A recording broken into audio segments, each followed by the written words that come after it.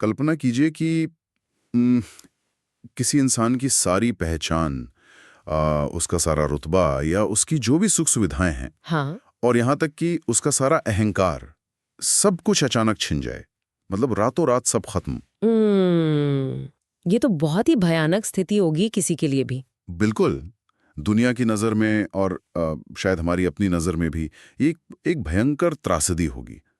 मतलब एक पूरी तरह से बर्बाद हो चुका जीवन। सही बात है। लेकिन अगर हम 16वीं सदी के एक महान अवधी कवि और सूफी संत की नज़र से देखें, जो कि मलिक मोहम्मद जायसी हैं। एग्जैक्टली, तो उनकी नज़र में ये कोई त्रासदी नहीं है, बल्कि ये ब्रह्मांड के सबसे गहरे रहस्यों को खोलने का एक अल्टीमेट चीट कोड है। ये एक ऐसा सा दृष्टिकोण है जो हमारी आधुनिक सोच को पूरी तरह से झकझोर के रख देता है। हाँ, एकदम। क्योंकि हम हमेशा चीजों को बचाने में, उन्हें सहेजने में लगे रहते हैं, जबकि ये दर्शन सब कुछ खो देने के भीतर एक अनोखी जीत देखता है। मतलब एक तरह की मुक्ति। ठीक है, तो चलिए इस विचार की तह तक पहुंचते हैं। इस गहन विश्लेषण में आज हमारे पास जो स्रोत सामग्री है, वो द स्पिरिचुअल एल्केमी ऑफ कहरनामा के कुछ बेहद बेहद महत्वपूर्ण अंश हैं। हाँ, और ये बहुत ही पावरफुल टेक्स्ट है। बिल्कुल। और आज हम मलिक मोहम्मद जायसी द्वारा रचित इसी कहरनामा के रहस्यों को डिकोड करने जा रहे हैं। और मैं स्पष्ट कर दूं कि यह कोई साधारण साहित्य या किसी बोरिंग समीक्षा नहीं है। नहीं, बिल्कुल नहीं। ये कृति सच कहूं तो एक इंसान की जिंदगी के लिए एक सर्वाइवल गाइड की तरह काम करती है। सही कहा। हम आज सिर्फ अवधी भाषा की एक पुरानी कविता नहीं पढ़ रहे हैं, बल्कि हम मानव मनोविज्ञान और जीवन के एक बहुत बहुत बड़े फलसफे को समझने की कोशिश कर रहे हैं। और जायसी का ये जो सूफी स्वरूप है ना, ये कोई हवाई बातें नहीं करता। हाँ। ये जीवन की सबसे कड़वी सच्चाइयों को बहुत ही ठोस प्रतीकों के माध्यम से समझाता है। सिंबल्स के जरिए, मतलब। बिल्कुल। कहरनामा किसी बाहरी घटना का ऐतिहासिक वर्णन नहीं है। अच्छा। ये पूरी तरह से एक आंतरिक वैचारिक यात्रा है। मतलब एक ऐसा दर्पण है जिसमें कोई भी मनुष्य अपनी आत्मा की, अपनी चेतना की सबसे अंधेरी गहराइयों को देख सकता है। Mind blowing. जायसी ने जिस तरह से आध्यात्मिकता, प्रेम और मानवीय संघर्ष के विज्ञान को आपस में गूंथा है ना, उसकी मनोवैज्ञानिक सटीकता आज के दौर में भी हैरान करती है। तो कहरनामा का जो सबसे बुनियादी और कह सकते हैं कि सबसे शक्तिशाली विचार है, वो ये है कि मानव जीवन अनिवार्य रूप से एक यात्रा है, एक जर्नी है। हाँ। और इस यात्रा का एक ऐसा हिस्सा है जिसे कोई टाल नहीं सकता, जिसे जायसी कहर कहते हैं। हाँ, कहर। यहाँ कहर का अर्थ है दुख, कठिनाई और कष्ट। स्रोत सामग्री ये बहुत स्पष्ट करती है कि कहर कोई ऐसी चीज नहीं है जो सिर्फ बुरे लोगों के साथ होती है या किसी दुर्भाग्य का परिणाम है। ऐसा बिल्कुल नहीं है। एग्जैक्टली। संसार में ऐसा कोई भी व्यक्ति नहीं है जिसे इस संघर्ष का सामना न करना पड़े। मतलब ये बिल्कुल एक वीडियो गेम की तरह है। Video game? दिलचस्प है। हाँ, देखिए किसी भी अच्छे गेम में कुछ बेहद कठिन बॉस लेवल्स होते हैं ना। हाँ, बिल्कुल होते हैं। तो कोई खिलाड़ी चाहे कितना भी माहिर क्यों ना हो, वो उन बॉस लेवल से लड़े बिना, उन्हें पार किए बिना गेम में आगे बढ़ ही नहीं सकता। सही बात है। दुख कोई बग या तकनीकी खराबी नहीं है जिसे हमें अपनी जीवन से डिलीट करना है। ये असल में इस जीवन रूपी गेम का एक अहम फीचर है। यहाँ जो बात सबसे ज्यादा दिलचस्प है, वो ये है कि जायसी दुख को नकारात्मक दृष्टि से देखते ही नहीं है। अच्छा? हाँ, वे इसे एक ऊर्जा के रूप में देखते हैं। मतलब उनका दर्शन ये नहीं कहता कि दुख कोई सजा है जो आपको मिल रही है।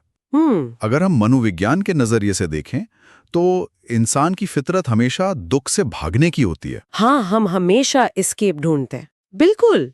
हम खुद को भटकाने के नए नए तरीके खोजते हैं, चाहे वो आधुनिक युग में घंटों स्क्रीन देखना हो, सोशल मीडिया स्क्रॉल करना हो, या फिर भौतिक चीजों के पीछे भागना हो। एग्जैक्टली। हम बस उस बेचैनी को, उस दर्द को महसूस नहीं करना चाहते। हाँ, हम सुन होना चाहते हैं। लेकिन जायसी कहते हैं कि जब हम कठिनाइयों से बचने की कोशिश करते हैं, तो हम असल में अपनी ही आध्यात्मिक और मानसिक प्रगति को रोक देते हैं। दुख वो घर्षण, वो फ्रिक्शन पैदा करता है जो हमें आगे धकेलता है। बिना फ्रिक्शन के तो आप चल भी नहीं सकते। वही बात है। बिना उस घर्षण के कोई भी आंतरिक विकास संभव ही नहीं है। तो इसका मतलब ये हुआ कि हम जिंदगी भर एक ऐसी दुनिया बनाने की कोशिश करते रहते हैं जहां कोई दर्द ना हो, हाँ, कोई अनिश्चितता ना हो, और शायद यही हमारी सबसे बड़ी गलती है। बिल्कुल।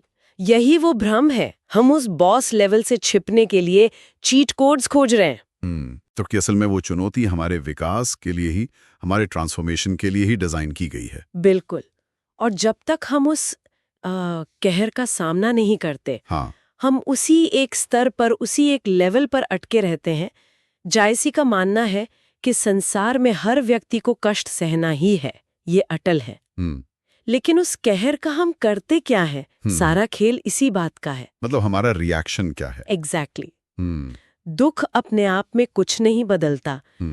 दुख के प्रति हमारी जो प्रतिक्रिया होती है वो हमारे अंदर बदलाव लाती है। रुकिए, मुझे यहाँ थोड़ी उलझन हो रही है। अच्छा, और सच कहूं तो मैं इस विचार को थोड़ा चुनौती देना चाहता हूँ। बताइए। देखिए, कहरनामा कहता है कि जीवन के सबसे बड़े कष्ट बाहरी दुनिया से नहीं आते, बल्कि हमारे अंदर के अहंकार, मोह और लालच से आते हैं। हाँ। लेकिन क्या ये विचार उन लोगों के प्रति थोड़ा असंवेदनशील नहीं लगता, जो असल जिंदगी में बहुत भयानक बाहरी चुनौतियों का सामना कर रहे हैं? मैं समझ रही हूँ आप क्या कहे हैं। मतलब मान लीजिए कोई व्यक्ति चरम गरीबी का शिकार है, या किसी गंभीर बीमारी से जूझ रहा है, या किसी सामाजिक अन्याय का शिकार है। क्या हम उससे सीधे सीधे ये कह सकते हैं कि भाई तुम्हारा असली दुश्मन तो तुम्हारा अपना अहंकार या मोह है? ये एक बहुत ही वाजिब सवाल है। क्या हम बाहरी दुनिया की क्रूरता को नजरअंदाज करके सारा दोष इंसान के उसके आंतरिक मनोविज्ञान पर नहीं डाल रहे हैं? ये तो ऐसा लगता है जैसे हम गलत दुश्मनों से लड़ने की बात कर रहे हैं। देखिए, अगर हम इसे एक बड़े परिदृश्य से जोड़कर देखें, हाँ, तो ये सवाल बहुत ही स्वाभाविक और जरूरी है। सूफी दर्शन बाहरी दुनिया की क्रूरता या अन्याय को नकारता नहीं है। अच्छा। अगर किसी को चोट लगती है तो दर्द शारीरिक और वास्तविक होता है। जायसी उस दर्द को झूठा या इल्यूजन नहीं कह रहे हैं, लेकिन वे दर्द जिसे हम पेन कहते हैं और दुख यानी जो सफरिंग है, उसके बीच एक बहुत ही स्पष्ट मनोवैज्ञानिक अंतर करते हैं। पेन और सफरिंग में अंतर?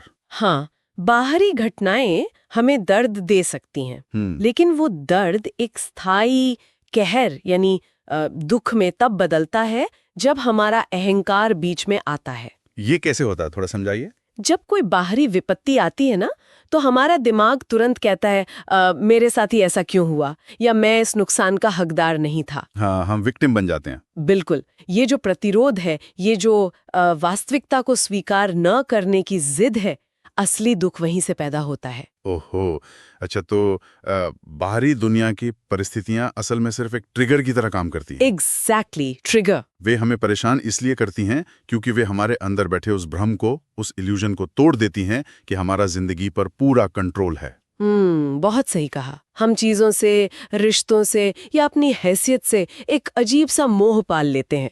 हमें लगता है कि ये सब हमेशा हमारा ही रहेगा। सटीक विश्लेषण है ये। इंसान को लगता है कि उसकी लड़ाई हमेशा दुनिया से है, हालातों से है। हाँ। लेकिन असल में बाहरी दुनिया के जो भी संघर्ष हैं, वे सिर्फ एक आईना है, एक मिरर की तरह। हाँ, वे आते ही इसलिए हैं ताकि हमारे अंदर छिपे हुए उस मोह और लालच को चुनौती मिल सके। एक योद्धा के लिए युद्ध के मैदान में हजारों दुश्मनों को हराना शायद आसान हो, हाँ। लेकिन अपने खुद के अहंकार को ये मानने की जिद कि मैं कुछ हूं, उसे हराना दुनिया का सबसे मुश्किल काम है। हाँ, बाप रे, तो बहुत गहरी बात है। जब हमें कोई बाहरी नुकसान होता है तो जो चीज सबसे ज्यादा आहत होती है वो वस्तु नहीं, बल्कि उस वस्तु से जुड़ी हमारी अपनी पहचान होती है, हमारा ईगो हर्ट होता है। इसका मतलब है कि हम पूरी जिंदगी बस एक भ्रम में जीते हैं। बिल्कुल। मतलब जब हम किसी चीज के छिन जाने पर रो रहे होते हैं, तो हम अक्सर उस चीज के लिए नहीं रोते, बल्कि हम इसलिए रोते हैं क्योंकि हमारा वो अहंकार टूट गया है जो खुद को उस चीज का मालिक समझता था। एग्जैक्टली। असली कहर बाहरी घटना नहीं है, बल्कि वो अदृश्य मोह है जिसने हमें जकड़ रखा है। और यही जायसी की सबसे बड़ी मनोवैज्ञानिक अंतर्दृष्टि है।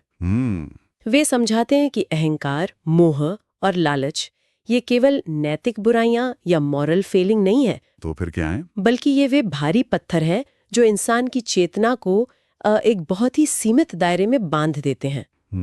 जब तक ये आंतरिक शत्रु जीवित हैं,